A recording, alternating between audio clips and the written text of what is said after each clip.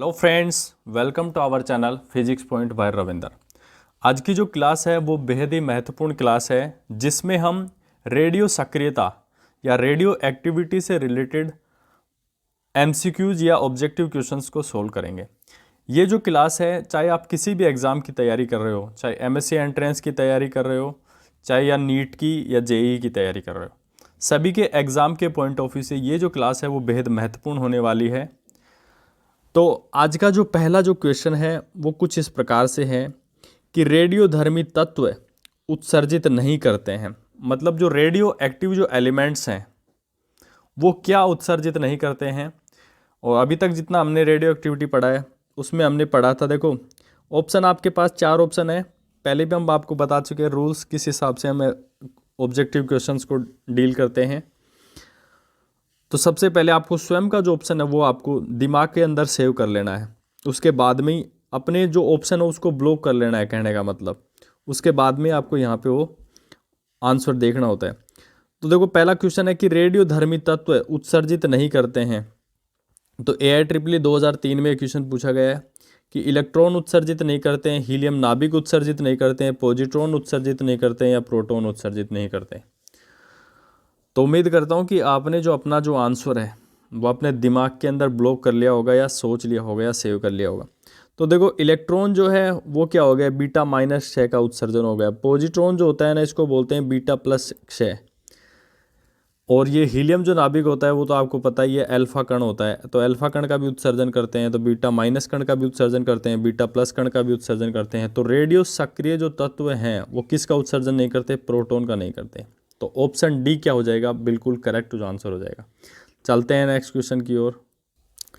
Next question है कि radium का अर्ध आयुकाल जो है वो 1600 वर्ष है। रेडियम का जो हाफ लाइफ जो है वो कितना है, 1600 वर्ष है। और 6400 वर्षों के पश्चात रेडियम का शेष अंश बचेगा। मतलब जो प्रारंभ में जो अंश था उसका कितना अंश शेष बचेगा 6400 वर्षों के बाद में। तो आपके पास 4 ऑप्शन है। ए है 1/4 अंश रहेगा, मतलब प्रारंभ में जो अंश था उसका 1/4 रह जाएगा, या प्रारंभ में जो अंश था उसका 1/2 रह जाएगा, या प्रारंभ में जो अंश था उसका 1/8 रह जाएगा, या प्रारंभ में जो अंश था उसका 1/16 रह जाएगा। तो आपको क्या करना है, अपना जो भी मेथड आप लगा सकते हैं वो लगाइए और वीडियो को पॉज कीजिए और अपना जो सॉल्यूशन है वो लिखिए। क्योंकि आपके पास देखो 3-4 फॉर्मूले ही तो हैं। वो कौन कौन से हैं, वो अर्धायु का हो गया, n बराबर n0 e⁻ लैम्डा t वाला हो गया, और अर्धायु और माध्य आयु में जो संबंध है वो हो गया। तो जैसा भी आप जितने जो भी आपके पास कॉन्सेप्ट है उसको लगाइए और आप इसका सॉल्यूशन निकालिए।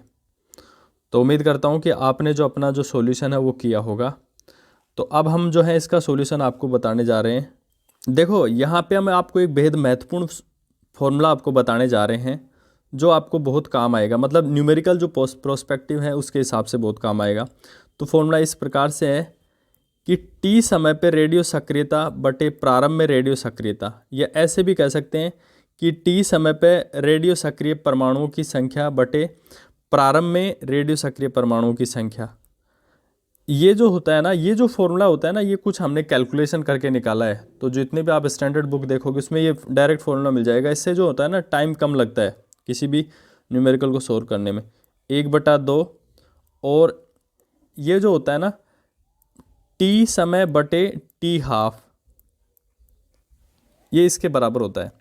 मतलब टी समय पे रेडियो सक्रियता बटे प्रारंभ में रेडियो सक्रियता, ऐसे कह सकते हैं टी समय पे रेडियो सक्रिय परमाणु की संख्या बटे प्रारंभ में रेडियो सक्रिय परमाणु की जो संख्या होती है वो 1/2 टी बटे टी हाफ। टी हाफ जो है अर्ध आयु है और टी है वो समय जहाँ पे रेडियो सक्रिय परमाणु की संख्या क्या है, आर है। तो देखो इस फॉर्मूले से हम देखो इस पूरी कैलकुलेशन से हम देखो इसका रिजल्ट निकाल सकते हैं कि देखो अर्ध आयुकाल दे रखा है 1600 वर्ष और टी समय, तो 6400 वर्षों के पश्चात रेडियम का शेष अंश बचेगा। तो टी का मान तो दे रखा है 6400 और अर्धायु का मान दे रखा है 1600। तो देखो R/R0 टी समय पे रेडियो सक्रिय परमाणु की संख्या बटे प्रारंभ में रेडियो सक्रिय परमाणु की जो संख्या है वो 1/2। तो देखो टी की वैल्यू तो दे रखी है 6400 वर्ष, 6400 वर्षों के बाद में कितना बचेगा अंश, और टी हाफ की अर्धायु जो दे रखी है उसने दे रखी है 1600। तो देखो R/R0 जो होगा किसके बराबर हो जाएगा, देखो 1/2। देखो 6400 में आप 1600 का भाग देंगे तो 4 आएगा, तो 4 आएगा। तो देखो R बराबर क्या हो जाएगा, ये इसी के आगे हम लिख सकते हैं R/R0 बराबर किसके हो जाएगा, 1/2 की पावर 4, मतलब 1/16 हो गया। तो T समय पर रेडियो सक्रिय परमाणुओं का जो अंश है वो प्रारंभ में जो रेडियो सक्रिय परमाणुओं का जो अंश है उसका 1/16 अंश जो है वो बचेगा। तो आपका करेक्ट जो आंसर हो जाएगा वो कौन सा हो जाएगा, यहाँ पे देखो ऑप्शन जो डी है वो क्या हो जाएगा, करेक्ट हो जाएगा। तो उम्मीद करता हूँ कि ये जो फॉर्मूला है आपको क्या करना है, ऐसे कैसे याद कर लेना है। यहाँ पे मैंने इसका भी इंट्रोडक्शन बता दिया। आर जो है टी समय पे रेडियो सक्रिय परमाणु की रेडियो सक्रियता ऐसे कह सकते हैं, और R0 जो है प्रारंभ में रेडियो सक्रियता है, या ऐसे कह सकते हैं N जो है टी समय पे रेडियो सक्रिय परमाणु की जो संख्या है। और जैसे मतलब काउंटिंग में देता है ना, तब ये फॉर्मूला काम होता है, ये N और N0 का। और N0 क्या है, प्रारंभ में रेडियो सक्रिय परमाणु की जो संख्या है। तो इस फॉर्मूले की हेल्प से जो है आप आसानी से इस टाइप के न्यूमेरिकल को आसानी से कर सकते हैं विदाउट वेस्टिंग टाइम। तो चलते हैं नेक्स्ट क्वेश्चन की ओर।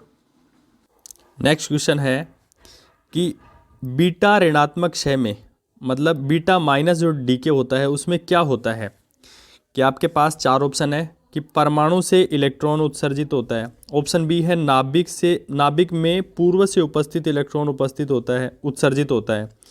ऑप्शन सी है नाभिक के क्षय में न्यूट्रॉन से इलेक्ट्रॉन उत्सर्जित होता है। और ऑप्शन डी कहता है कि आंशिक बंधन ऊर्जा इलेक्ट्रॉन में रूपांतरित होती है। तो आपको जो पाउली की जो न्यूट्रिनो परिकल्पना हमने आपको पढ़ाई थी उसमें बताया था कि बीटा जो माइनस जो क्षय होता है वो किस हिसाब से होता है। तो आपको जो है अपना जो करेक्ट जो आंसर है वो क्या करना है, यहाँ पे जो करेक्ट जो कॉलम है उसको ब्लॉक करना है, या ऐसे कह सकते हैं कि अपना जो करेक्ट जो आंसर आपको यहाँ पे सोचना है। तो देखो हमने यहाँ पे हम आपको डिस्कस करते हैं। उम्मीद करता हूँ कि आपने जो है ना अपना जो करेक्ट जो आंसर है वो सोच लिया होगा। तो देखो बीटा माइनस क्षय की जो प्रोसेस जो कुछ इस प्रकार से थी, जब न्यूट्रॉन जो था, न्यूट्रॉन को ना प्रोटॉन में कन्वर्ट करना रूपांतरित होना होता है। तो वो क्या करता है, बीटा माइनस कण का उत्सर्जन करता है, और उससे क्या बनता है, एक प्रोटॉन बनता है और प्लस साथ में एक बीटा माइनस कण निकलता है, प्लस कुछ एनर्जी निकलती है। तो देखो जब न्यूट्रॉन जो है वो प्रोटॉन में कन्वर्ट होता है तो क्या करता है, बीटा माइनस जो कण है या इलेक्ट्रॉन जो है उसका क्या करता है, उत्सर्जन करता है। तो यहाँ पे जो करेक्ट जो आंसर है वो हो जाएगा नाभिक के क्षय में न्यूट्रॉन से इलेक्ट्रॉन उत्सर्जित होता है। न्यूट्रॉन से क्या होता है, इलेक्ट्रॉन उत्सर्जित होता है। तो देखो ये कह रहा बी जो ऑप्शन कहता है कि नाभिक में पूर्व से उपस्थित इलेक्ट्रॉन उत्सर्जित है। नाभिक में इलेक्ट्रॉन उपस्थित है ही नहीं तो कहाँ से आएगा। परमाणु से इलेक्ट्रॉन उत्सर्जित होता है, बिल्कुल नहीं, क्यों, हम तो यहाँ पे न्यूक्लियर फिजिक्स पढ़ रहे हैं तो परमाणु से हमें कोई लेना देना ही नहीं है। ऑप्शन डी के आंशिक बंधन ऊर्जा इलेक्ट्रॉन में रूपांतरित होती है, ये भी बिल्कुल गलत आंसर है। तो उम्मीद करता हूँ कि आपको जो ये जो क्वेश्चन है अच्छे से समझ में आया होगा। चलते हैं नेक्स्ट क्वेश्चन की ओर। नेक्स्ट क्वेश्चन कहता है कि रेडियोधर्मी पदार्थ द्वारा उत्सर्जित एल्फा किरणें हैं, मतलब जो एल्फा जो रेज हैं या एल्फा जो पार्टिकल हैं वो क्या है जब रेडियो एक्टिव डीके होता है। तो ऑप्शन ए कहता है कि ऋण आवेशित कण है, जो एल्फा जो कण है वो क्या है, ऋणावेशित कण है। ऑप्शन ए ऐसा कैसा कहता है। ऑप्शन बी कहता है कि आयनीकृत हाइड्रोजन नाभिक है। ऑप्शन सी कहता है कि द्विआयनित हीलियम नाभिक हैं। और ऑप्शन डी कहता है कि प्रोटॉन के समान द्रव्यमान के अनावेशित कण हैं। तो इसका जो करेक्ट जो आंसर है वो है द्विआयनित हीलियम नाभिक जो हैं वही क्या है, अल्फा कण है या अल्फा रेज हैं। तो देखो हमने आपको बताया था कि जैसे ये कोई हीलियम का एटम है आपके पास में, इसके अंदर क्या होंगे, 2 तो न्यूट्रॉन होंगे और 2 प्रोटॉन होंगे, और ये इसके चारों तरफ ये इसकी पहली कक्षा होगी जिसमें 2 इलेक्ट्रॉन है। तो हमने आपको बताया था कि जैसे इसकी जो इलेक्ट्रॉन जो ये बाहरी जो कक्षा है इसको हटा दिया जाए, मतलब दोनों इलेक्ट्रॉन को निकाल लिया जाए, तो आपके पास यहाँ पे केवल जो He+2 जो एटम मिलता है। तो द्विआयनित हीलियम नाभिक कहें या देखो कक्षा तो हमने हटाई ली तो केवल नाभिक ही तो बचा। तो जो हमने प्रीवियस क्लासों में भी आपको इसको डिस्कस किया था जब हमने अल्फा डी के पढ़ाया था, तो अल्फा कण जो है वो क्या है, तो वो क्या है, द्विआयनित हीलियम का क्या है, नाभिक है। चलते हैं नेक्स्ट क्वेश्चन की ओर। नेक्स्ट जो क्वेश्चन है वो कुछ इस प्रकार से है कि निम्न अभिक्रिया में रेडियोधर्मी किरणें किस क्रम में उत्सर्जित होंगी। तो देखो अभिक्रिया कुछ इस प्रकार से है, जैसे जेड एक्स से कोई आपके पास एटॉमिक न्यूक्लियाई है, तो देखो सबसे पहले यहाँ पे हम देखते हैं कि Z+1 वाई ए में ये कन्वर्ट होता है, उसके बाद में Z-2 A-4 हो जाता है, फिर देखो यहाँ पे Z-1 के A⁻⁻4 होता है। तो देखो ये किस हिसाब से उत्सर्जन होता है ये आपको ये बताना है। तो आपके पास 4 ऑप्शन है। ऑप्शन ए कहता है alpha beta gamma, option B कहता है बीटा अल्फ़ा गामा, या ऑप्शन सी कहता है गामा अल्फ़ा बीटा, और ऑप्शन डी कहता है कि बीटा गामा अल्फ़ा। तो आपको जो है पेन कॉपी उठाना है और अपना जो सॉल्यूशन है वो लिखना है। और हमारे कोई गुरुजी कहते थे कि कोई भी जो आप ऐसे मान के चलोगे मेरे से नहीं होगा, तो मैं गारंटी के साथ कह सकता हूँ कि आपसे एक भी क्वेश्चन नहीं होगा। अगर आपके मन में ये विश्वास है कि मैं कर सकता हूँ तो आप सारे क्वेश्चन कर लोगे। और जब तक आप मान के चलोगे कि हम नहीं, मेरे से तो नहीं होगा, मैं तो सारा सॉल्यूशन यहीं देखूँगा, तो वो नहीं चलेगा। तो देखो उम्मीद करता हूँ कि आपने जो है अपना जो सॉल्यूशन है वो लिखा होगा, और नहीं लिखा है तो एक बार लिख लें।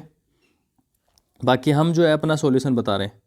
तो देखो सबसे पहले हमने आपको बताया था कि जब बीटा माइनस क्षय होता है तो किसी भी जो परमाणु है उसका जो परमाणु क्रमांक जो है वो 1 से बढ़ जाता है और द्रव्यमान संख्या वही रहती है। तो यहाँ पे तो आपको पता चल गया कि यहाँ पे क्या हो रहा है, बीटा माइनस क्षय हो रहा है। अब देखो इसके बाद में देखो द्रव्यमान संख्या 4 से घट रही है और परमाणु जो क्रमांक है वो भी 2 से घट रहा है। देखो Z+1 से Z-1 हो रहा है, तो मतलब परमाणु क्रमांक 2 से घट रहा है और द्रव्यमान संख्या 4 से घट रही है। तो इसका सीधा सा मतलब है यहाँ पे कौन सा कण निकल रहा है, अल्फा कण निकल रहा है। कौन सा कण निकल रहा है, अल्फा कण निकल रहा है। और थर्ड में देखो यहाँ पे आते हैं हम, यहाँ पे जैसे आते हैं तो देखो यहाँ पे परमाणु क्रमांक भी सेम है और द्रव्यमान संख्या में भी कोई चेंज नहीं होता। कह सकते हैं कि यहाँ पे गामा जो रेज है वो निकल रही हैं, क्योंकि जैसे अल्फा और बीटा कुछ भी निकलता तो इसकी जो परमाणु क्रमांक और द्रव्यमान संख्या में कुछ ना कुछ चेंज आता, लेकिन दोनों में कोई चेंज नहीं है, तो हम कह सकते हैं कि यहाँ पे गामा रेज निकल रही हैं। तो हमारा जो करेक्ट जो आंसर हो जाएगा beta alpha gamma, beta option जो बी है वो क्या हो जाएगा, करेक्ट हो जाएगा। तो उम्मीद करता हूँ कि आपको जो ये जो रिएक्शन है वो बहुत अच्छे से समझ में आई होगी। चलते हैं नेक्स्ट क्वेश्चन की ओर। तो चलते हैं नेक्स्ट क्वेश्चन की ओर। नेक्स्ट क्वेश्चन है कि एक रेडियोधर्मी जो पदार्थ है, एक रेडियोधर्मी पदार्थ की रेडियोधर्मिता 30 सेकंड में उसके प्रारंभिक जो मान है उसकी 1/64 हो जाती है, तो अर्ध आयु होगी। तो आपके पास 4 ऑप्शन है, 2 सेकंड होगी, ऑप्शन बी कहता है कि 4 सेकंड हो जाएगी अर्ध आयु, ऑप्शन सी कहता है कि 5 सेकंड हो जाएगी अर्ध आयु, और ऑप्शन डी कहता है कि 6 सेकंड हो जाएगी अर्ध आयु। तो वीडियो को पॉज कीजिए और अपना सॉल्यूशन लिखिए। हमने आपको प्रीवियस क्लास में प्रीवियस जो क्वेश्चन है उसमें भी एक फॉर्मूला बताया था, वही फॉर्मूला यहाँ पे लगेगा और आपको कुछ नहीं करना है। तो उम्मीद करता हूँ कि आपने जो है अपना सॉल्यूशन लिखा होगा। अब यहाँ पे हम अपना सॉल्यूशन लिख रहे हैं।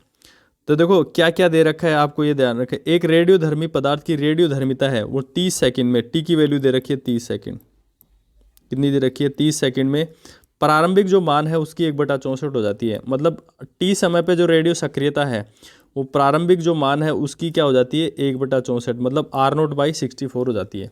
तो आपसे पूछ क्या रहा है, टी हाफ पूछ रहा है, अर्धायु पूछ रहा है। तो आप आसानी से निकाल सकते हैं, वही फॉर्मूला लगाएंगे हम जो लगाते आए हैं। तो टी समय पे रेडियो सक्रियता बटे प्रारंभ में रेडियो सक्रियता बराबर किसके हो जाएगी कि 1/2 की पावर टी समय बटे टी हाफ, क्या हो जाएगा टी समय बटे टी हाफ। तो आर की जो वैल्यू देखो अभी हमने निकाला, यहाँ पे क्वेश्चन में दे रखी है आर बराबर R0/64 है, तो R0/64 और बटे देखो R0 तो बटे में पहले से ही है, बराबर 1/2 की पावर देखो टी की वैल्यू दे रखी है 30 सेकंड, 30 सेकंड बटे टी हाफ की वैल्यू तो हमें निकालनी है। तो देखो R0 से क्या हो जाएगा, R0 कैंसिल हो जाएगा। अब देखो आपके पास बचता है 1/64 की जो पावर है वो किस 1/2 की पावर 30 सेकंड बटे टी हाफ। अब देखो 1/64 है ना, इसको हम लिख सकते हैं 2 की पावर 6, 2 की पावर 6 और ये इधर हो गया 1/2 की पावर 30/t½ 30 क्या हो जाएगा t½ अब देखो आपको हमने कोई रूल पढ़ा होगा कि जब आधार समान हो ना तो घातें भी क्या होंगी, समान होंगी। जब घात समान होती है तो आधार भी समान हो जाता है। तो 6 बराबर किसके हो जाएगा, 30/t½ के। तो देखो t½ की जो वैल्यू हो जाएगी वो क्या हो जाएगी, 30/6। तो यहाँ से t½ की जो वैल्यू है वो कितनी हो जाएगी, 6×5 = 30 होता है। तो 5 सेकंड यहाँ पे आपका आंसर आ जाएगा। तो अर्ध आयु जो हो जाएगी वो कितनी हो जाएगी, 5 सेकंड हो जाएगी। तो देखते हैं कि कौन सा ऑप्शन सही है। तो ऑप्शन जो सी है वो क्या होगा, बिल्कुल करेक्ट हो जाएगा। तो उम्मीद करता हूँ कि आपको जो क्लास है बहुत एंजॉय कर रहे होंगे आप उसमें, और आपको अच्छा से समझ में भी आ रहा है। तो चलते हैं नेक्स्ट क्वेश्चन की ओर। नेक्स्ट क्वेश्चन है कि यदि किसी एक तत्व का क्षय नियतांक लैम्डा तथा रेडियो सक्रिय नाभिकों की संख्या n है, तब इस तत्व का क्षय दर मतलब विघटन की दर आपको यहाँ पे ज्ञात करनी है। तो विघटन की दर के लिए देखो आपके पास यहाँ पे 4 ऑप्शन है। ऑप्शन ए है λn², और ऑप्शन बी है λ×n, ऑप्शन सी है λ/n, और ऑप्शन डी है λ²n। तो देखो आपको यहाँ पे जो विघटन की दर निकालनी है, तो एक बार वीडियो को पॉज कीजिए और अपना सॉल्यूशन लिखिए। और उम्मीद करता हूँ कि आपने जो है वीडियो को पॉज किया होगा और अपना जो सॉल्यूशन लिखा होगा। तो देखो हम इसका सॉल्यूशन कर रहे हैं कि देखो आप एक फॉर्मूला जानते हो, n बराबर t समय पर रेडियो सक्रिय परमाणुओं की जो संख्या होती है ना वो किसके बराबर होती है, n0e⁻⁻ λt। ये रदरफोर्ड सोडी के नियम से हमने निकाला था। अब देखो ये विघटन की दर पूछ रहा है, तो विघटन की दर कैसे निकालेंगे, -dn/dt, यही तो होती है विघटन की दर। देखो क्षय की दर कहें या विघटन की दर एक ही बात है। ये जो है किसके बराबर हो जाएगी। अब देखो इसका t के रेस्पेक्ट में डिफ्रेंशिएट करेंगे तो n0 तो कांस्टेंट है, सॉरी एक मिनट, n0 तो क्या है, कांस्टेंट है। e⁻⁻ λt का क्या हो जाएगा, e⁻⁻ λt, फिर -λt का क्या हो जाएगा, -λ हो जाएगा। अब देखो जो विघटन की दर है dn/dt वो किसके बराबर हो जाएगी, देखो -λ इधर भी, ये -λ इधर आ गया। अब देखो ये जो है n0e⁻⁻ λt, अब देखो ये माइनस से तो ये माइनस क्या हो जाएगा, प्लस हो जाएगा। अब देखो dn/dt ये विघटन की दर को ऊपर देखो नोटेशन में r काम लिया है इसके लिए, क्षय दर जो है r है, इसको r कहा है इसने। अब देखो ये किसके बराबर हो जाएगी, तो लैम्डा तो ऐसे कैसे, और ये n के बराबर तो है, n बराबर n0e⁻⁻ λt हमने पढ़ा था, तो λ×n जो है आंसर हो जाएगा। तो ऑप्शन जो बी है वो क्या हो जाएगा, करेक्ट हो जाएगा। चलते हैं नेक्स्ट क्वेश्चन की ओर। नेक्स्ट क्वेश्चन है कि यदि यूरेनियम 9238 का सफलतापूर्वक विघटन किया जाए तो अंतिम उत्पाद जो होता है Pb8206 प्राप्त होता है, तब उत्सर्जित अल्फा तथा बीटा कणों की संख्या ज्ञात करो। तो आपके पास 4 ऑप्शन है। ऑप्शन ए कहता है कि अल्फा कणों की संख्या तो 8 है और बीटा कणों की संख्या 6 है। ऑप्शन बी कहता है कि अल्फा कणों की संख्या तो 6 है और बीटा कणों की संख्या 8 है। ऑप्शन सी कहता है कि अल्फा कणों की संख्या तो 12 है और जो बीटा कणों की संख्या 6 है। और ऑप्शन डी कहता है कि अल्फा कणों की संख्या तो 8 है लेकिन बीटा कणों की जो संख्या है वो 12 है। तो आपको ये बताना है कि इसमें कितने तो अल्फा कण निकलेंगे और कितने बीटा कण निकलेंगे। तो वीडियो को पॉज कीजिए और अपना सॉल्यूशन लिखिए, और उम्मीद करता हूँ कि आपने अपना सॉल्यूशन जो है वो लिखा होगा। तो इसके में देखो हम यहाँ पे देखो, जब हमने आपको बताया था अल्फा कणों का जब उत्सर्जन होता है, जब अल्फा कणों का जो उत्सर्जन होता है तो अब उसमें क्या होता है कि जैसे कोई भी जो ZX से नाभिक है आपके पास, जब ये अल्फा कणों का उत्सर्जन करेगा तो इसकी जो परमाणु क्रमांक तो देखो 2 से घटेगा और द्रव्यमान जो संख्या है वो 4 से घटती है। और जैसे बीटा कणों का उत्सर्जन होता है, जैसे बीटा माइनस का हो चाहे बीटा प्लस का हो, एक बार बीटा माइनस के लिए देख रहे हैं कि ZX से कोई एटम है, उससे देखो जब बीटा माइनस का उत्सर्जन होता है तो देखो परमाणु जो क्रमांक है वो 1 से बढ़ जाता है, Z+A, और द्रव्यमान संख्या वही रहती है। और बीटा माइनस जो प्लस होता है ना, बीटा प्लस है मतलब प्रोजेस्टेरॉन का उत्सर्जन होता है। तो परमाणु क्रमांक जो जेड एक्स है जैसे ये, तो इसमें क्या होता है कि जो द्रव्यमान संख्या तो देखो 1 से घटती है, सॉरी परमाणु क्रमांक तो 1 से घटता है, लेकिन द्रव्यमान संख्या वही रहती है। तो देखो यहाँ पे एक बार जो आप अल्फा कणों की जो कैलकुलेशन है वो कैसे निकाल सकते हैं। एक चीज़ यहाँ पे कंक्लूजन निकल रहा है, देखो बीटा जो कणों का उत्सर्जन होता है ना, तो द्रव्यमान संख्या में कोई चेंज नहीं होता है। लेकिन जब अल्फा कणों का जब उत्सर्जन होता है ना, तो द्रव्यमान संख्या 4 से घट जाती है। तो सबसे पहले हम ये कैलकुलेट करेंगे कि कितने अल्फा कण उत्सर्जित हो रहे हैं, उसके बाद में बीटा कणों के लिए हम आराम से निकाल सकते हैं। तो देखो सबसे पहले देखो यहाँ पे एक बार मैं इनको इरेज कर लेता हूँ।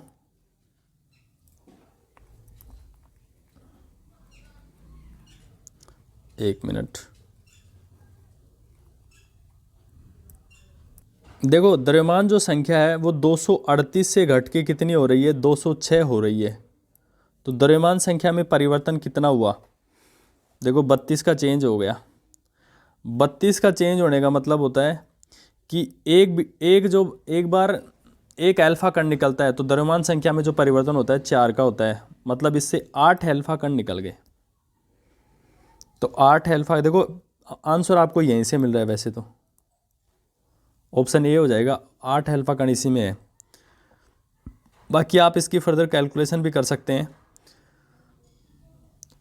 8 अल्फा कण निकल, जैसे ये आपके पास एक्स ये 92 238 है, अब इससे 8 अल्फा कण निकलेंगे, 8 अल्फा कण निकलेंगे तो देखो जो द्रव्यमान जो संख्या है वो तो क्या हो जाएगी, 206 हो जाएगी। लेकिन ये जो परमाणु क्रमांक है 8 दूनी 16, क्योंकि परमाणु क्रमांक में 2 का चेंज आता है, तो 70 जो 6 है वो इसका परमाणु क्रमांक रह जाएगा। ऐसा मिल जाएगा आपको, मतलब 8 अल्फा कणों के निकलने के बाद में। अब देखो यहाँ पे तो 82 बता रहा है 82, तो आपको क्या करना पड़ेगा 82 लाने के लिए, जैसे y आप 76 और 206, अब इसमें से देखो आपको 6 बीटा कण निकालोगे ना आप, तभी तो इसका परमाणु क्रमांक 6 से बढ़ेगा। तो आपके पास आ जाएगा z, मतलब कोई भी हम यहाँ पे सिंबल ले रहे हैं, तो 82 206 आ जाएगा। क्योंकि जब बीटा माइनस 6 होता है ना, परमाणु क्रमांक में द्रव्यमान संख्या में चेंज नहीं होता, लेकिन परमाणु क्रमांक में चेंज होता है। क्योंकि देखो अभी हमने आपको बीटा माइनस 6 होता है तो किस हिसाब से, तो यहाँ पे देखो 6 बीटा कण निकलते हैं और 8 अल्फा कण निकलते हैं, तो ऑप्शन ए जो हो जाएगा वो क्या हो जाएगा, करेक्ट हो जाएगा। चलते हैं नेक्स्ट क्वेश्चन की ओर। नेक्स्ट क्वेश्चन क्या कहता है कि दो तत्व ए व बी के अर्ध आयुकालों का जो अनुपात है, हाफ लाइफ का जो अनुपात है वो TA/TB है। तो इनके आपेक्षिक क्षयांकों λ/λb का अनुपात आपको ज्ञात करना है। तो ये बहुत ही ईजीएस्ट क्वेश्चन कह सकते हैं इसको। तो आप इस जो अर्धायु का जो फॉर्मूला है वो डायरेक्ट रख के आप करोगे तो आराम से हो जाएगा। तो आप इसके लिए आपके पास 4 ऑप्शन है। ऑप्शन ए कहता है कि λ/λb का जो अनुपात होगा वो TB/TA के बराबर होगा, TA/TB के बराबर होगा, या TA+TB/TA के बराबर होगा, या TA-TB/TA के बराबर होगा। तो वीडियो को पॉज कीजिए और अपना सॉल्यूशन लिखिए, और उम्मीद करता हूँ कि आपने जो है अपना सॉल्यूशन लिखा होगा। तो बहुत ही आसान है कि जैसे मान लेते हैं कि जो रेडियो एक्टिव एलिमेंट है उसकी हाफ लाइफ जो है उसके लिए क्या हो जाएगा 0.693/λA क्षयांक, और TB के लिए क्या हो जाएगा, जो बी रेडियो एक्टिव एलिमेंट उसके लिए क्या हो जाएगा 0.693/λB हो जाएगा। तो देखो λA/λB की एक बार TA/TB हम कैलकुलेट करते हैं। TA/TB जो है वो किसके बराबर हो जाएगा, देखो 0.693/λA बड़े वाला बटे 0.693/λB, तो देखो 0.693 से ये आ जाएगा। और देखो TA/TB की जो वैल्यू है आपके पास, ये उसका उल्टा हो जाएगा, देखो λB/λA के इक्वल हो जाएगा। तो हमारे पास तो λA/λB की वैल्यू ये पूछ रहा है, तो क्या हो जाएगा TB/TA इसका सही आंसर हो जाएगा। तो ऑप्शन जो TB/TA, तो ऑप्शन ए जो है वो क्या हो जाएगा, करेक्ट आंसर हो जाएगा। चलते हैं नेक्स्ट क्वेश्चन की ओर। नेक्स्ट क्वेश्चन है, एक रेडियोधर्मी पदार्थ की अर्धायु कैपिटल टी है, तो कैपिटल T/2 समय पश्चात हिस्सा बचेगा वह है। मतलब एक रेडियो एक्टिव एलिमेंट आपको दे रखा है, उसकी जो हाफ लाइफ है वो कैपिटल टी है, और ऐसे पूछ रहा है कि कैपिटल T/2 समय के बाद में उसका कितना हिस्सा बचेगा। तो इस टाइप के क्वेश्चन भी हम प्रीवियस क्वेश्चन में करा चुके हैं। ऑप्शन ए है 1/2 बचेगा, ऑप्शन बी है 3/4 बचेगा, ऑप्शन सी है 1/√2 बचेगा, ऑप्शन डी है √2 - 1/√2 बचेगा। तो देखो इस टाइप के क्वेश्चन को हम करा चुके हैं। तो आपको क्या करना है, वीडियो को एक बार पॉज करना है और अपना सॉल्यूशन लिखना है, और उम्मीद करता हूँ कि आपने जो है अपना जो सॉल्यूशन है वो लिख लिया होगा। तो हम इसको बता रहे हैं अभी। तो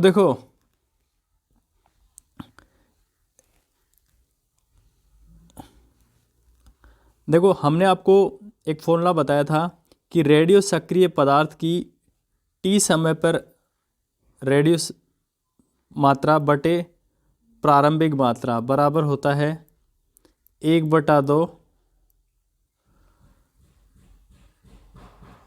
T ½ ऐसे कुछ फॉर्मूला था। तो ये अर्धायु जो है यहाँ पे टी बता रहा है, कैपिटल टी, और ये टी की जो वैल्यू इसने दे रखी है, T/2 समय पे आपसे पूछ रहा है कि कितनी मात्रा बचेगी इसकी शेष प्रारंभिक मात्रा की। तो देखो सीधा सा फॉर्मूला लगाएंगे, R/R0 बराबर 1/2 की पावर, देखो टी की जो वैल्यू है, स्मॉल टी की वैल्यू दे रखा है T/2, T/2 इंटू टी हो जाएगा, बटे में है तो इस टी से ये टी कैंसिल हो जाएगा। तो देखो R/R0 की जो वैल्यू है वो कितनी आ गई, 1/2 की पावर 1/2 आ गई। अब देखो R की जो वैल्यू है R0 बाई क्या हो जाएगा, √2 हो जाएगा। तो देखो T/2 समय पश्चात में जो रेडियो सक्रिय पदार्थ की जो मात्रा है वो प्रारंभिक जो मात्रा थी उसकी 1/√2 रह जाती है। तो ऑप्शन कौन सा करेक्ट हो जाएगा, ऑप्शन सी जो है वो क्या हो जाएगा, आपका करेक्ट हो जाएगा। चलते हैं नेक्स्ट क्वेश्चन की ओर। नेक्स्ट क्वेश्चन है कि 60 दिन की अवधि के बाद जिस रेडियोधर्मी तत्व का द्रव्यमान प्रारंभिक द्रव्यमान का 1/32 रह जाए उस तत्व की अर्धायु ज्ञात करो। तो आपके पास चार ऑप्शन हैं। ऑप्शन ए है 12 दिन, ऑप्शन बी है 32 दिन, ऑप्शन सी है 16 दिन, या ऑप्शन डी है 64 दिन। तो आपको प्रीवियस जो क्वेश्चन था उसी कॉन्सेप्ट पे आधारित है ये क्वेश्चन भी। तो आपको अपना जो सॉल्यूशन है वो लिखना है। तो देखो सबसे पहले आपको ये देखना, आपको दे क्या रखा है कि 60 दिन की अवधि के बाद, तो स्मॉल टी की जो वैल्यू है कितने दिन दे रखी है, 60 दिन दे रखी है। और देखो प्रारंभिक मान का 1/32 रह जाता है, तो इसका मतलब क्या हुआ कि आर की जो वैल्यू है प्रारंभिक मान R0 बाई क्या हो जाएगा, 32 हो जाएगा। प्रारंभिक मान का 32 गुणा हो जाए 1/32 रह जाता है। तो फॉर्मूला आपको पता ही है, R/R0 मतलब टी समय पर रेडियो सक्रियता बटे प्रारंभ में रेडियो सक्रियता 1/2 की पावर स्मॉल टी बटे कैपिटल टी। कैपिटल टी क्या है, हाफ लाइफ है। अब देखो R0 की वैल्यू, आपको R की वैल्यू पता ही है, R0 बटे 32 है, और बटे R0 पहले से है, तो 1/2 ऐसे कैसे। स्मॉल टी की जो वैल्यू है वो कितने दिन, 60 दिन दे रखी है। देखो स्मॉल टी की वैल्यू है 60 दिन, तो 60 दिन ऐसे कैसे रखेंगे, बटे कैपिटल टी। अब देखो ये R0 से R0 कैंसिल हो जाएगा, 1/32 बराबर कितने हो जाएगा, किसके हो जाएगा, 1/2 की पावर 60 बटे capital T. Capital T half life है, पहले भी हम बता चुके हैं। 1/32 को हम क्या लिख सकते हैं, 1/2 की पावर 5, 2 की पावर 5, तो 1/2 की पावर 60 बटे कैपिटल टी। अब देखो जब आधार समान हो तो घातें भी क्या हो जाती हैं, बराबर हो जाती है। तो 5 बराबर किसके हो जाएगा, 60 बटे कैपिटल टी के। तो कैपिटल टी बराबर क्या हो जाएगा, 60 बटे 5, तो ये 12 हो गया, 12 हो गया। तो 12 दिन क्या हो जाएगा आपका आंसर। तो ऑप्शन देखते हैं कौन सा सही है, 12 दिन। ऑप्शन ए जो है वो बिल्कुल करेक्ट हो जाएगा। तो उम्मीद करता हूँ आपको ये जो क्वेश्चन है ये भी आसानी से समझ में आया होगा। चलते हैं नेक्स्ट क्वेश्चन की ओर। नेक्स्ट क्वेश्चन है, देखो नेक्स्ट क्वेश्चन क्या कहता है, BI 210 की अर्ध आयु जो है वो 5 दिन है। मतलब टी हाफ की जो वैल्यू है आपको यहाँ पे दे रखी है 5 दिन, और किसी नमूने के 7/8 भाग को क्षय होने में लगा समय। मतलब 7/8 भाग तो जो है वो क्षय हो चुका है। तो टी समय पे आपके पास कितना भाग बचा, आर की जो वैल्यू है आपके पास कितनी हो जाएगी। देखो 7/8 जो भाग है वो तो क्षय हो चुका, तो 1 में से 7/8 भाग चला गया, तो देखो 1/8 जो भाग आपके पास रह गया। तो आर की जो वैल्यू है जो कितनी हो जाएगी, R0/8 जो भाग है आपके पास अभी बचा हुआ है। अब ये कह रहा है कि 7/8 भाग को क्षय होने में लगा समय, मतलब 7/8 जो भाग है, मतलब आपके पास 1/8 जो भाग है वो कितने समय में बचेगा। मतलब 7/8 भाग क्षय हो गए, इसका मतलब ये तो हुआ।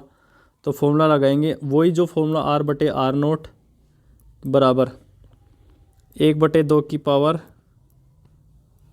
T/T।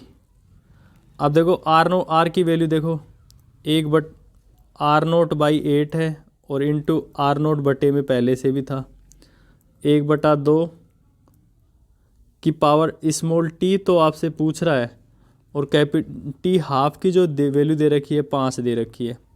कितनी दे रखी है, 5 दे रखी है। तो R0 से R0 कैंसिल हो जाएगा। देखो 1/8 की जो वैल्यू है वो 1/2 की वैल्यू की पावर T ½5। अब देखो 1/8 जो है इसको क्या लिख सकते हैं, 1/2 की पावर 3 बराबर 1/2 की पावर T½ अब देखो आधार समान है तो घाते भी क्या हो जाएंगे, समान। तो T/5 जो है वो किसके बराबर है, 3 के है। तो यहाँ से T की जो वैल्यू हो जाएगी 15 डेज, क्या हो जाएगी, 15 डेज। यही आपका आंसर हो जाएगा। तो देखते हैं कौन सा आंसर आपका सही है, 15 डेज। तो ऑप्शन सी जो है वो आपका क्या हो जाएगा, करेक्ट आंसर हो जाएगा। तो फ्रेंड्स जो वीडियो है वो काफ़ी लंबा हो जाएगा, तो आज की क्लास में इतना ही। मिलते हैं नेक्स्ट क्लास में। और अभी तक आपने हमारे चैनल को सब्सक्राइब नहीं किया है तो प्लीज़ सब्सक्राइब करें